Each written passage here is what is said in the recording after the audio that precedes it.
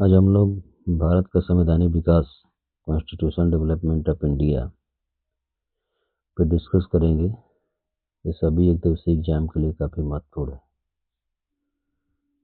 तो सबसे पहले देखते हैं कॉन्स्टिट्यूशन क्या होता है। संविधान संविधान एक वैधानिक दस्तावेज है जो उस देश की जनता के आकांक्षाओं और विश्वास को दर्शाता है। उस देश की जनता के आकांक्षाओं और विश्वास को दर्शाता है। भारत के संवैधानिक विकास को दो भागों में विभक्त किया जा सकता है। ईस्ट इंडिया कंपनी के शासन के अंतर्गत और ब्रिटिश सरकार के शासन के अंतर्गत। 1858 ईस्वी तक ईस्ट इंडिया कंपनी का शासन भारत पर रहा। ब्रिटेन के संसद ने विभिन्न अवसरों पर कानून और आदेश जारी किया जिससे वो कंपनी पर शासन कर सके। जब ब्रिटिश सरकार ने भारत का शासन अपने हाथों में लिया तो उसने बहुत से कानून बनाए। ये सभी आदेश पत्र और कानून भारत के संविधानिक विकास में शामिल किए जाते हैं। भारत का संवैधानिक विकास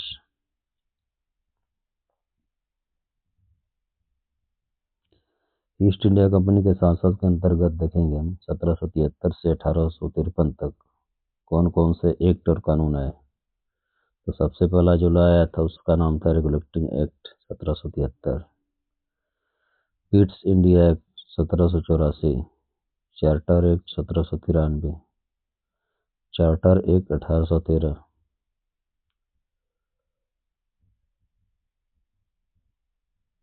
चार्टर एक्ट 1833 और चार्टर एक्ट 1853। यह ईस्ट इंडिया कंपनी के शासन के अंतर्गत लास्ट का चार्टर है, सबसे अंतिम चार्टर।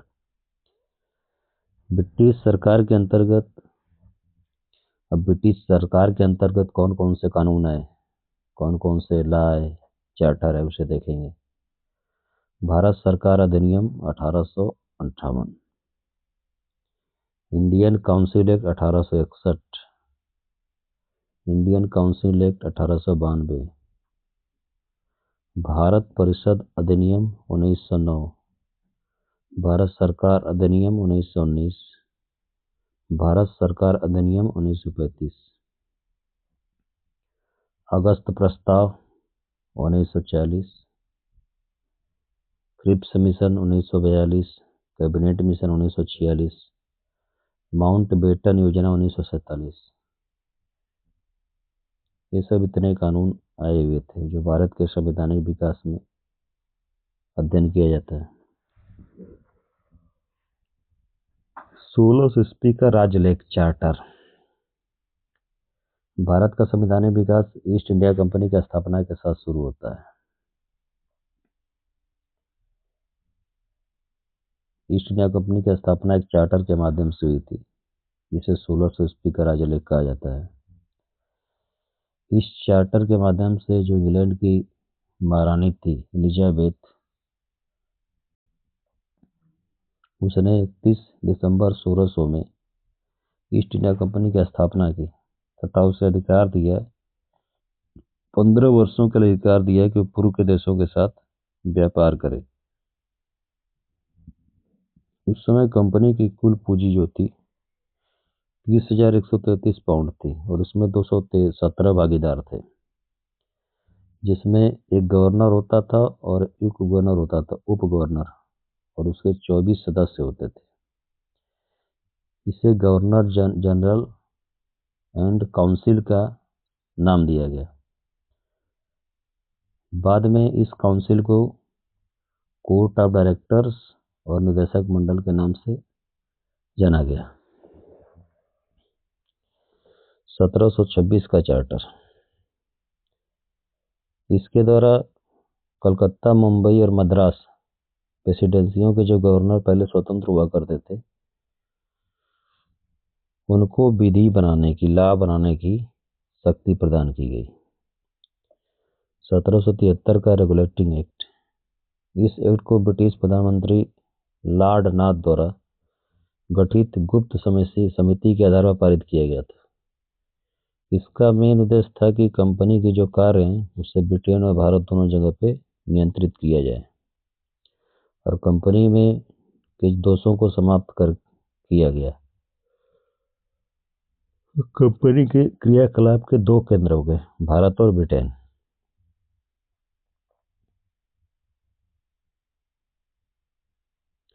कंपनी का जो प्रशासन था, एडमिनिस्ट्रेशन था, उसकी देखरेख के लिए इंग्लैंड में दो संस्थाएं थी। एक संस्था का नाम था कोर्ट ऑफ प्रोप्रिएटर्स और दूसरा था कोर्ट ऑफ डायरेक्टर्स। ये दोनों संस्थाएं जो थी ब्रिटिश गवर्नमेंट के होम डिपार्टमेंट की अंग थी। जो इंग्लैंड में इनकी सरकार थी ब्रिटिश की, उनके होम डिपार्टमेंट की पार्ट थी ये सब। कोर्ट ऑफ डायरेक्टर इंग्लैंड में कंपनी की एग्जीक्यूटिव थी, कार्यपालिका थी। इसमें कुल 24 डायरेक्टर होते थे और इसका चुनाव प्रति वर्ष कोर्ट ऑफ प्रोप्राइटर के द्वारा किया जाता था। कोर्ट ऑफ डायरेक्टर के से प्रति वर्ष एक सदस्य अध्यक्ष तथा एक उपाध्यक्ष चुना जाता था। अध्यक्ष कंपनी का मुख्य कार्यकारी अधिकारी होता था, मतलब सीईओ होता था। परंतु जब ये रेगुलेटिंग में पारित किया गया तो उससे पहले कोर्ट ऑफ डायरेक्टर का जो कार्यकाल होता था 1 वर्ष होता था, अब उसे 4 वर्ष कर दिया गया और डायरेक्टर के 24 सदस्यों में से, कोर्ट ऑफ डायरेक्टर 24 सदस्य थे, उसमें से 1/4 सदस्य प्रतिवर्ष अवकाश ग्रहण करेंगे, ऐसा नियम बनाया गया। कंपनी के जो डायरेक्टर चुनने का अधिकार कर उन लोगों का था जिन्होंने कम से कम 1 वर्ष पूर्व कंपनी में 1000 पाउंड का शेयर धारक रहे हों। भारत के संदर्भ में 1773 के रेगुलेटर क्या प्रभाव रहा उसे देखेंगे। भारतीय संदर्भ में बंगाल में जो फोर्ट विलियम था उसका जो एडमिनिस्ट्रेशन था, प्रशासक था, इस एक्ट के माध्यम से उसे अंग्रेजी क्षेत्रों का गवर्नर जनरल बना दिया गया। बंगाल, मुंबई तथा मद्रास तीनों प्रेसिडेंसियों को इसी के अधीन कर दिया गया और शासन के समस्त सैनिक और सिविल शक्तियों को गवर्नर जनरल तथा उसके 4 सदस्यीय परिषद को सौंप दिया गया। किसी निर्णय पर बहुमत की बात होती थी तो निर्णायक मत देने का अधिकार केवल गवर्नर जनरल को था।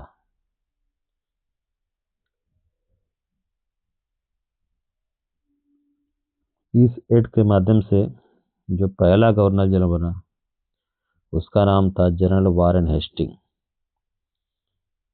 इसके काउंसिल में 4 और सदस्य थे जिनका नाम था फिलिप, ट्रेवलिंग, मानसन और बोरवेल। इसी एक्ट के माध्यम से 1774 ईस्वी में कोलकाता में एक सर्वोच्च न्यायालय की स्थापना हुई जिसके मुख्य न्यायाधीश का नाम था एलिजा इम्पे तथा अन्य 3 न्यायाधीश भी इसमें थे जिनका नाम था चैम्बर्स, लिमेस्टर तथा हाइट।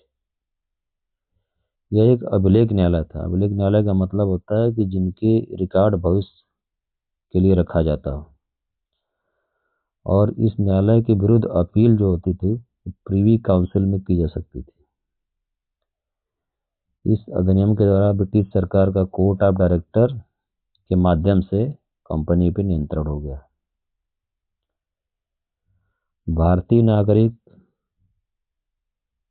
राजस्व, सैनिक मामले, ये सब जानकारी अब कंपनी को ब्रिटिश सरकार को देना अनिवार्य हो गया। इस अधिनियम के द्वारा जो 1773 का रेगुलेटिंग एक्ट है,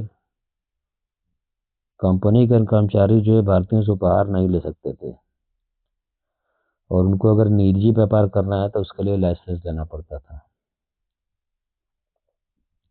यदि वीडियो आपको अच्छा लगा हो और आपके लिए यूजफुल हो तो आप चैनल को लाइक और सब्सक्राइब करें और कमेंट करें। इसका नेक्स्ट पार्ट अगले वीडियो में आएगा। Thank you for watching my video.